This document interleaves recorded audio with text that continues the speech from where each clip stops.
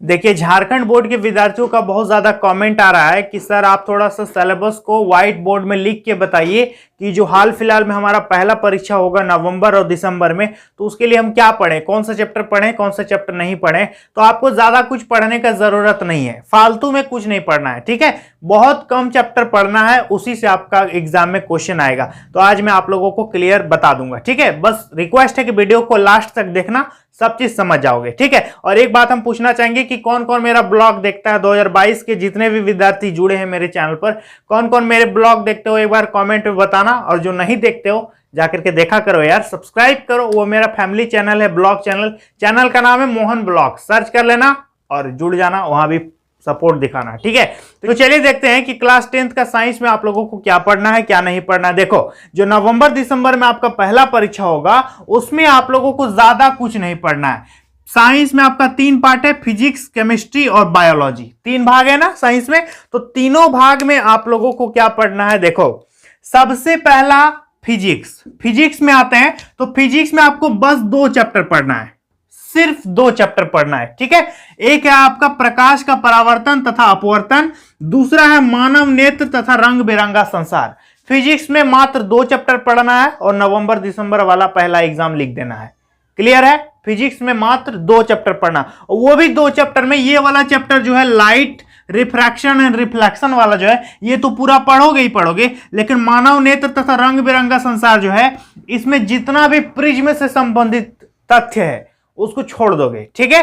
Prism से संबंधित जो भी चीजें यहां पर छोड़ दोगे, और एक प्रकाश का प्रकीर्णन, इसको भी आप छोड़ दोगे, ठीक है। तो प्रकाश का प्रकीर्णन और प्रिज्म, 2 चीज यहां पर छोड़ देना है, बाकी इसको पढ़ना है, ठीक है। तो फिजिक्स में आपका 2 चैप्टर हो गया।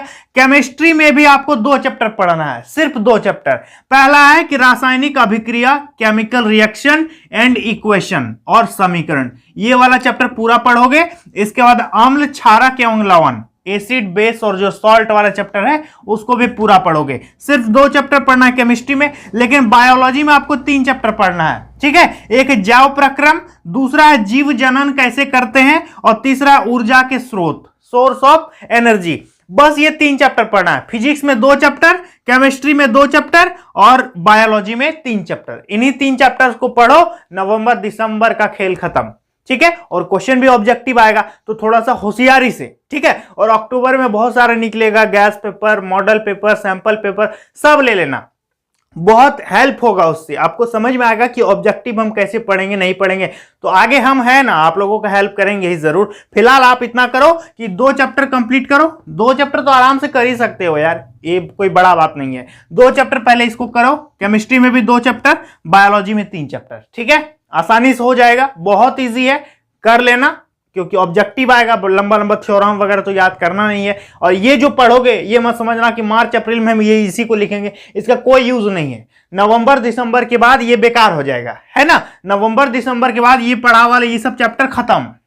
ये सब चैप्टर पढ़ के नवंबर दिसंबर में आप फायदा उठा पाओगे, यानी 2 महीना ही है आपके पास, तो लग जाओ पूरा जी जान लगा। फिर नवंबर दिसंबर जैसे ही खत्म होगा, फिर दूसरा चीज पढ़ना होगा। इस सबको समेट करके फिर रख देंगे, समझ में आ रहा है, क्योंकि ये सब आने वाला नहीं है। मार्च अप्रैल वाला परीक्षा में इठो नहीं आएगा, है ना। तो मार्च अप्रैल वाला परीक्षा में उसका अलग सिलेबस है, लेकिन नवंबर दिसंबर वाला में मात्र 2 महीना आप लोगों के पास टाइम है। नवंबर दिसंबर बोला है तो नवंबर में भी हो सकता है, दिसंबर में भी हो सकता है, या तो नवंबर से शुरू होगा, दिसंबर में खत्म करेगा, ऐसा भी हो सकता है। तो ज्यादा टाइम नहीं है, ठीक है। और ये सब चैप्टर पढ़ लोगे तो फिर ये सब चैप्टर बेकार हो जाएगा, आगे एग्जाम में नहीं आने वाला। सिर्फ नवंबर दिसंबर एग्जाम के लिए ये चैप्टर्स है, ठीक है ना, समझ में आ रहा है। तो चलिए, और कुछ पूछना हो तो कमेंट करना, और यदि आप मुझसे डायरेक्ट बात करना चाहते हो तो मेरा इंस्टाग्राम आईडी है मोहन सर 51, जाकर के मैसेज करना, हाई लिख के भेज देना, ठीक है।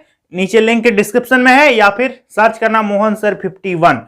कभी भी कोई दिक्कत होगा, कुछ भी गड़बड़ होगा, कुछ भी प्रॉब्लम होगा, आप मुझसे डायरेक्टली बात कर सकते हो। मेरा इंस्टाग्राम आईडी है मोहन सर 51। और बहुत सारे विद्यार्थी कह रहे थे कि सर आप एक व्हाट्सएप ग्रुप बनाओ, तो देखो भाई, व्हाट्सएप ग्रुप बना करके हम मैक्सिमम कितने विद्यार्थियों को जोड़ पाएंगे, ज्यादा से ज्यादा कितना जोड़ेंगे, 300 तक ही जोड़ सकते हैं, उससे ज्यादा तो नहीं जुड़ेगा। तो विद्यार्थी भी तो बहुत ज्यादा हैं, तो आप लोगों के लिए मैंने इंस्टाग्राम बनाया है। वहां पर कुछ भी अपडेट होता है तो वीडियो से पहले वहां पर आपको अपडेट मिलता है। स्टोरी लगा देते हैं, स्टेटस लगा देते हैं कि आज ये हो गया, वहां खुद वीडियो बना करके डाल देते हैं। तो इंस्टाग्राम सबसे पहले होता है, इसके बाद मैं यूट्यूब पर डालता हूँ। ठीक है, तो इंस्टाग्राम में फॉलो कर लेना, आईडी है मोहन सर 51। और जो भी विद्यार्थी मेरे ब्लॉग चैनल को नहीं देखते हो तो देखा करो जा करके, वो मेरा फैमिली चैनल है, सब्सक्राइब भी कर देना। ठीक है, तो चलिए दोस्तों आज के लिए इतना ही, मिलेंगे नेक्स्ट वीडियो में, तब तक के लिए बाय।